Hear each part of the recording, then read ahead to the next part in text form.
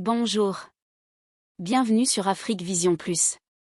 Nous allons parler du Tchad et plus précisément du président Mahamat Idriss Déby Itno. Avant de commencer, merci de vous abonner et d'activer la cloche de notification afin de ne rien manquer des prochaines vidéos. Burkina, vers le couronnement de Mahamat Idriss Déby Itno au Tchad? La présidentielle et les législatives doivent se tenir avant la fin de l'année 2024.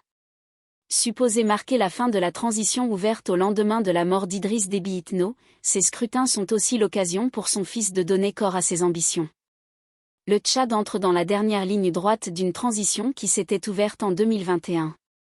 3 ans après la disparition d'Idriss Déby Itno et après avoir approuvé les étapes du dialogue national et du référendum constitutionnel, Mahamat Idriss Déby Itno, fils du défunt chef de l'État, s'apprête en effet à organiser, avant la fin de l'année 2024, des élections législatives et un scrutin présidentiel auquel il compte bien être lui-même candidat.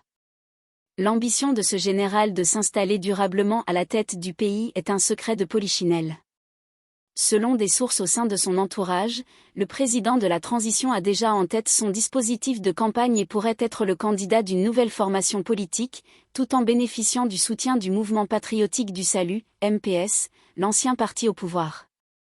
Il devrait se retrouver confronté à des habitués des joutes électorales, au premier rang desquels Saleh Kebzabo, le premier ministre de la transition, et son prédécesseur, Albert Pahimi Padaké.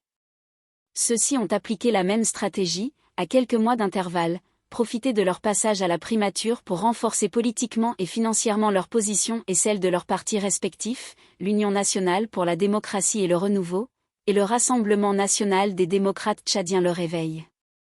Originaires de la région du Mayo-Kébi-Ouest, les deux hommes, qui ont déjà été candidats à une présidentielle, devraient avoir comme adversaire un autre enfant du Sud, Succès Masra. Rentré au Tchad en novembre dernier après une année d'exil et à la faveur d'accords signés avec le gouvernement de la transition, cet économiste a entamé une campagne qui devrait l'amener à se lancer dans la course à la magistrature suprême. À 40 ans, il espère s'imposer comme un acteur majeur du Tchad de l'après-transition.